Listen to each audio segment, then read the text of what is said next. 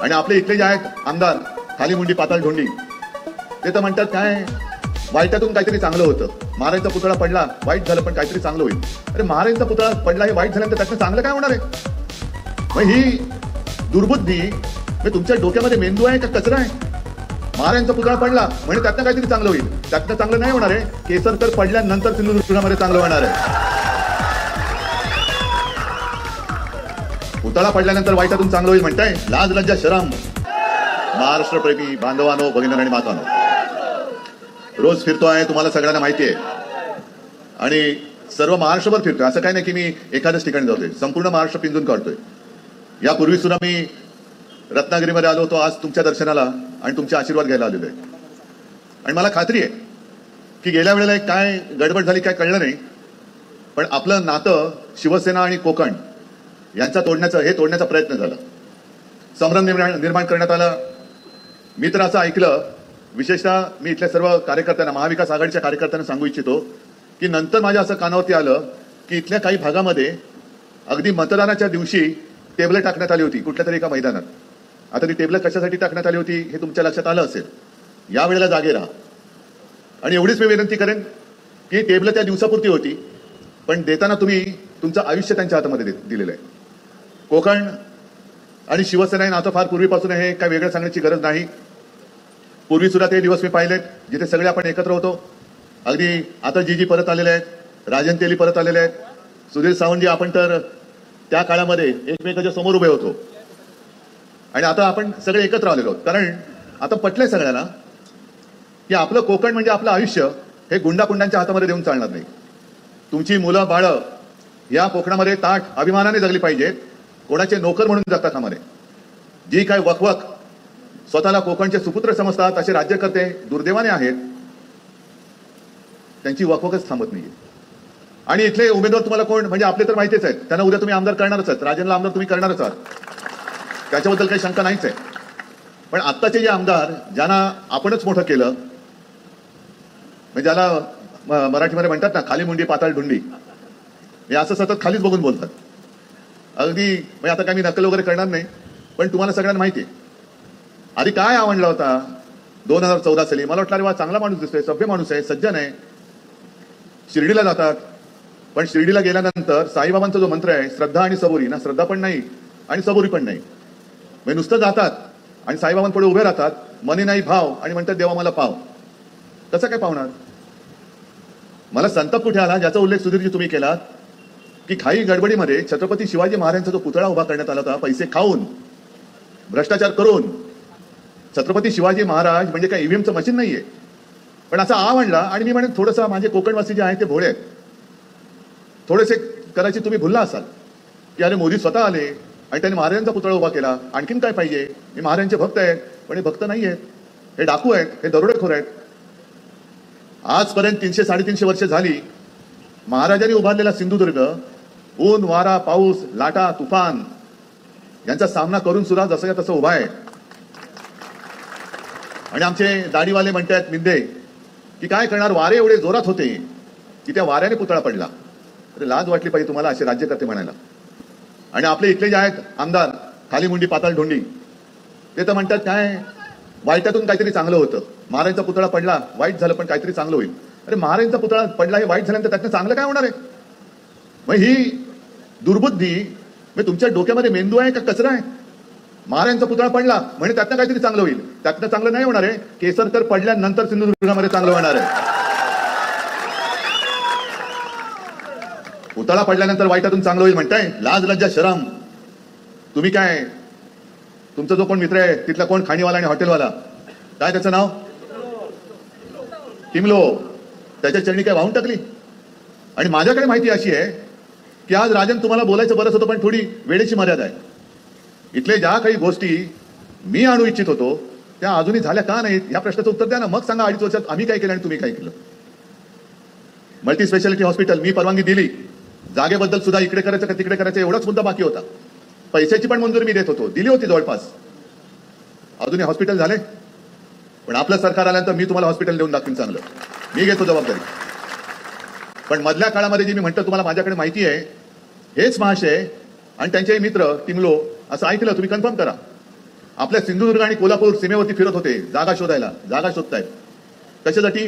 तुमच्यासाठी, शाळेसाठी, कॉलेजसाठी, हॉस्पिटलसाठी, एखादा चांगला विनाश न करणारा प्रकल्प आणण्यासाठी नाही.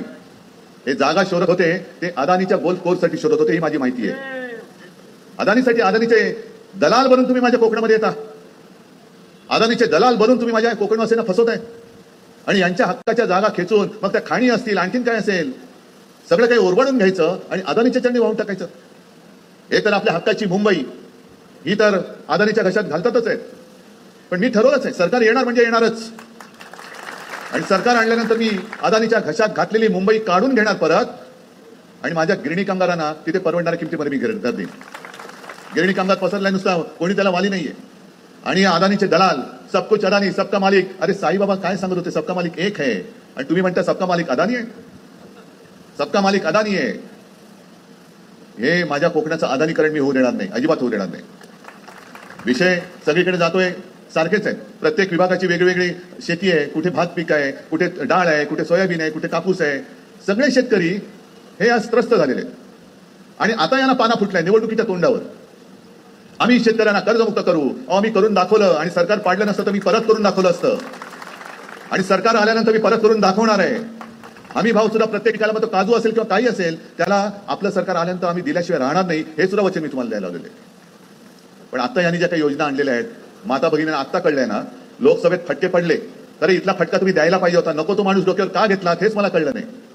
का घेतला? अरे ते दिवस आठवा ना, कशी गुंडगर्दी होती. म्हणजे तो जो काय काळ होता 2004 2005, मी त्या मतदारसंघात बसलो होतो आणि गाव, वाड्या, वस्ते, पाडी सगळे जे काय होतो मी फिरत होतो. कुठे 20 घरांचं गाव, कुठे 25, कुठे 10, कुठे 15. संपूर्ण एक अशी भयान शांतता होती, भीतीचं. सगळी लोक येऊन बोलत होती. आणि मग मी निघाल्यानंतर एका ठिकाणी तरुण धावत आला. मला म्हणाले, उद्धवजी आम्हाला माहिती आहे तुम्ही सगळेजण इकडे आलात, पण म्हणे नंतर निवडणुका झाल्यावर तुम्ही निघून जाल, आम्ही इकडे राहू. आमच्या बघा इकडे अजूनही दिवे नाहीयेत. आमच्या मुली, आमची मुलं ही रस्त्यातनं एकटी दुपटी कधी रात्री अपरात्री यावं जावं लागतं. त्यांचा वाली कोण? उद्या यांनी केलं तर आम्हाला वाचवणार कोण? कोणीतरी इकडे द्या म्हणे की जो ठाण मांडून बसेल आणि आमचं रक्षण करेल. आणि तेव्हापासून विनायकराव तिकडे जवळपास त्या लोकसभेच्या आधी, जेव्हा पहिली लोकसभा जिंकले होते, 1.5-2 वर्ष इकडे ठाण मांडून बसले. कधी काय झालं, मी स्वतः एकदा त्या वैभववरती हल्ला झाला, मी स्वतः धावून आलो होतो आणि कोकणने पुन्हा एकदा उभारी घेतली. आज ही उभारी टिकवायची का परत एकदा सगळ्या दरोडेखोरांच्या हातामध्ये तुमचं आयुष्य द्यायचं, हे येणारी निवडणूक म्हणजे तुम्ही ठरवणार आहात. आम्ही तळमळीने बोलतो, तळमळीने बोलतो, कारण हे बघवत नाहीये. ज्या काही गोष्टी इकडे चालल्यात या बघवत नाहीये. म्हणजे मी ग्रामीण भागात गेल्यानंतर शेतकऱ्यांना जो प्रश्न विचारतो तसाच मी तुम्हाला विचारणार आहे आणि शक्यतो तुम्ही नाकारून दाखवा. याने उघड उघड धारावीच्या माध्यमातून मुंबई अदानीच्या घशात घातले. जवळपास 1000 एकर मुंबई ही अदानीच्या घशात घातले. मग उद्या तुमच्या काजू बागा असतील, आंब्याच्या बागा असतील, भात शेती असेल, काही असेल, जसं हे टिमलोना घेऊन तिकडे गोलकोर्स करायला गेले होते, तसंच तुमच्या सातबाऱ्यावरती अदानीचं नाव लिहिणार नाहीत. कशावरून? कोणाकडे दाद मागणार तुम्ही? चंद्रचूडांकडे? चंद्रचूड तर गेले. आता न्याय मागणार कोणाकडे? आणि हे भूत उभं राहतंय. हे भूत आत्ताच नाही जर का गाडलं तर मला नाही वाटत परत कोणी आपल्याला वाचवायला एवढ्यामध्ये उभं राहू शकेल. कारण तुम्ही आणि आम्ही, आपण मिळूनच एकमेकाला धीर देऊन आपलं कोकण वाचवायला पाहिजे. हा महाराष्ट्र सगळ्या त्या गुजरातच्या चरणी वाहून टाकतायत. उद्या महाराष्ट्राचा कारभार सुद्धा आज तर चाललाच आहे, उद्या मंत्रालय पण गुजरातला नेतील. या सगळ्या ज्या काही गोष्टी आहेत त्या आत्ताच आपल्याला थांबवायला पाहिजे. बाकी वचननामा मात्र मी खिशात घेऊन फिरतोच आहे, सगळ्यांना दाखवतोच आहे, तुम्हाला पण देतोय. आणि तुम्हाला वाटतं एवढा वचननामा बस आणि एवढ्यावरती आम्ही तुम्हाला मत द्यायचं. पण त्याच्या मागे मी तो एक क्यूआर कोड दिलेला आहे. मोबाईलमध्ये स्कॅन केला तर तुम्हाला सविस्तर वचननामा येईल. मग त्याच्यामध्ये विनायकजी तुम्ही जे सांगत होतात की 5 जीवनावश्यक वस्तूंचे भाव शेतकऱ्याचं नुकसान होऊ न देता, शेतकऱ्याचं नुकसान होणार नाही. ते 5 जीवनावश्यक वस्तूंचे भाव स्थिर ठेवणार. जसं मुलींना मोफत शिक्षण आहे तसं मुलांना सुद्धा मोफत शिक्षण देणार. हे करणार मी. अनेकदा ट्रीटमेंट घ्यायला गेल्यानंतर खिशात पैसे नसतात. मग जोपर्यंत पैसे भरले जात नाहीत तोपर्यंत ट्रीटमेंट उपचार सुरू होत नाहीत. मग काय करायचं?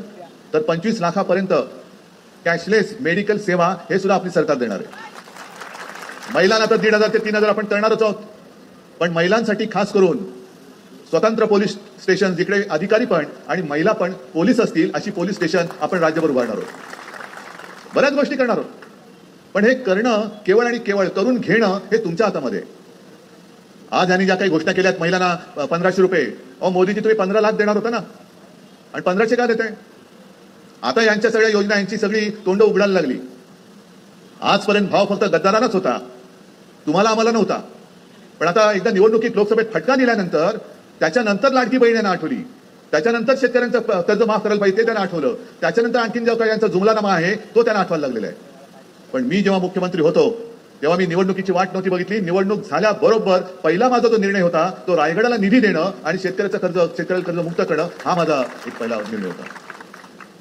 आणि म्हणूनच ही गुंडगिरी पुंडगिरी, मी आता अजून 2 सभा आहेत तिकडे आणखीन बोलणारच आहे. मध्ये कोणीतरी मला आव्हान दिलं, हेलिकॉप्टरने येऊ नका, रस्त्याने या. हो, रस्त्यानेच येतो, रस्त्यानेच जातो. पण पुतळा पडल्यानंतर ही शिवद्रोही माणसं, आपली माणसं तिकडे गेली होती, आदित्य पण गेला होता, विनायक होते, सगळी तुम्ही कोकणवासी तिकडे गेलात, त्याच्यामध्ये हे शिवद्रोही माणसं ठाणाणा करत बसले. हे शिवद्रोही आहेत, महाराष्ट्रद्रोही आहेत. म्हणूनच मी माझ्या भाषणाची जी सुरुवात करतो, माझ्या महाराष्ट्रप्रेमी बांधवांनो, भगिनींनो आणि मातांनो, ही जी लोक आहेत ही आपली द्रोही आहेत.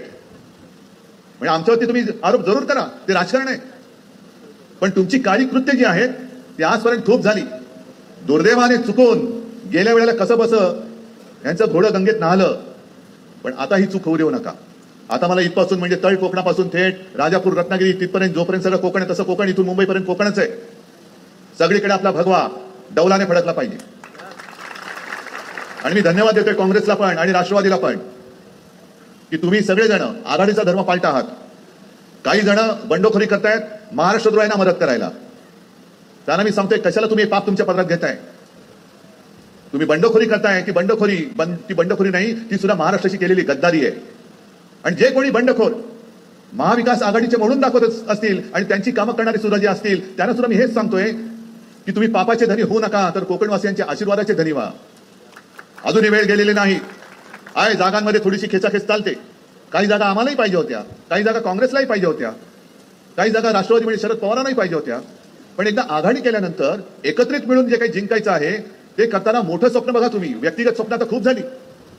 व्यक्तिगत स्वप्नासाठी तुम्ही बंडखोऱ्या करू नका, कारण त्याला मी मुळामध्ये बंडखोरीच मानायला तयार नाही. ही तर महाराष्ट्राची आणि महाराष्ट्राच्या मातीशी केलेली गद्दारी ठरेल तुमची. उगाच काहीतरी महाराष्ट्र प्रेमींची मतं आहेत ती महाराष्ट्र द्रोह्यांच्या पदरात टाकू नका.